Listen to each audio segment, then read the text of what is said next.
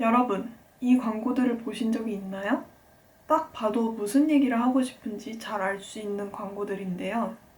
하나하나 볼 때마다 어떻게 이런 생각을 할 수 있을까? 라고 생각하게 되는 광고인 것 같아요. 오늘 제가 소개해드릴 책은 이재석 광고기획자님이 쓰신 광고 천재 이재석이라는 책입니다. 먼저 저는 이재석 광고기획자님에 대해서 학교에서 발표를 한 적이 있는데요. 이분 인생이 굉장히 스펙타클하시길래 이게 과장이 아니라 진짜라고? 하는 생각에 책을 읽어보게 되었습니다.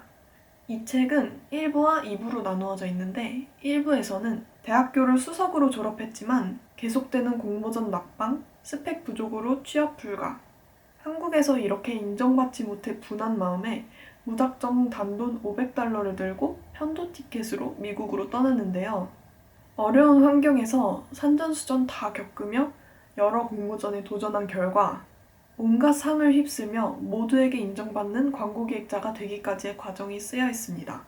그리고 2부에서 이재석은 미국에서 큰 성공을 거두었음에도 불구하고 자신이 원하는 광고를 만들고 싶은 마음이 커져서 자신을 지방대 루저라고 칭하던 한국으로 돌아와 첫걸음부터 다시 시작하게 됩니다. 미국에서 큰 성공을 거두었으니 한국에서는 풍요롭게 시작할 것 아니냐고요? 저도 처음에는 그렇게 생각했습니다. 하지만 전혀 그렇지 않았어요. 뉴욕의 천문학적인 물가와 유학으로 진 빚 때문에 간신히 몸뚱아리만 한쪽 건졌다. 라고 합니다. 미국에서 하는 또 다른 어려운 생활을 하다가 결국 자신이 만들고 싶은 광고를 만들게 되기까지의 과정이 꾸밈없이 담겨 있습니다. 이 책은 광고기획자가 쓴 책답게 중간중간 사진 자료가 정말 많이 들어가 있는데요. 실제로 제작하신 광고 사진들은 물론 얼마나 생각해서 광고들을 만들었는지 알 수 있게 해주는 사진들, 힘들었던 미국 생활을 적나라하게 보여주는 당시 사진들까지 담겨 있습니다. 덕분에 책을 읽는 도중에 한 번도 지루한 적이 없었어요. 또 명언이라고 칭할 수 있을 것 같은 정말 많은 구절들이 있었는데요. 몇 가지만 소개해 드릴게요. 유학 시절 나는 시간을 초 단위, 분 단위로 쪼개고 쪼개어 하루를 일주일처럼 썼다. 이때 깨달은 2가지. 하나는 뇌 관리가 바로 스케줄 관리라는 점. 뇌의 컨디션을 살피면 하루를 열흘처럼 쓸 수 있다는 것이다. 그리고 다른 하나는 시간은 결코 톱니바퀴처럼 규칙적으로 흘러가지 않는다는 점. 시간은 단지 관념적인 숫자들의 조합일 뿐 누군가에게 1분이 다른 누군가에게는 10시간이 될 수 있다는 것을 깨달았다.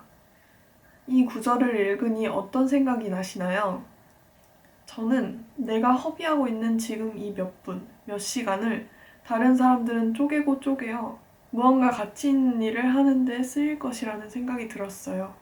내가 어떻게 시간을 쓰고 있었나 뒤돌아보고 반성하게 해주는 구절이었습니다.